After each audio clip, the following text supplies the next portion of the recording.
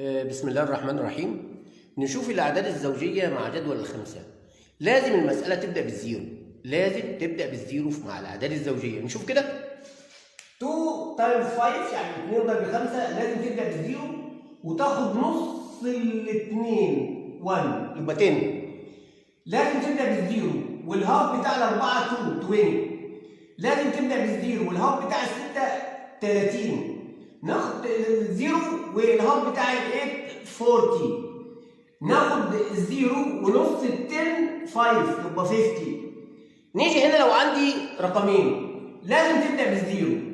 ال6 الهاف بتاعها 3 وال4 2. برضه لازم تبدأ بالزيرو.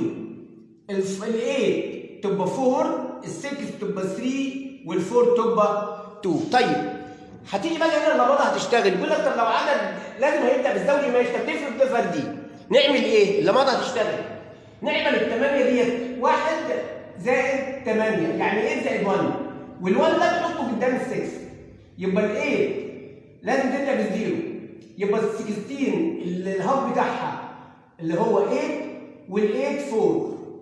طب نيجي هنا برضو نفس الكلام لازم تبدا بالزيرو.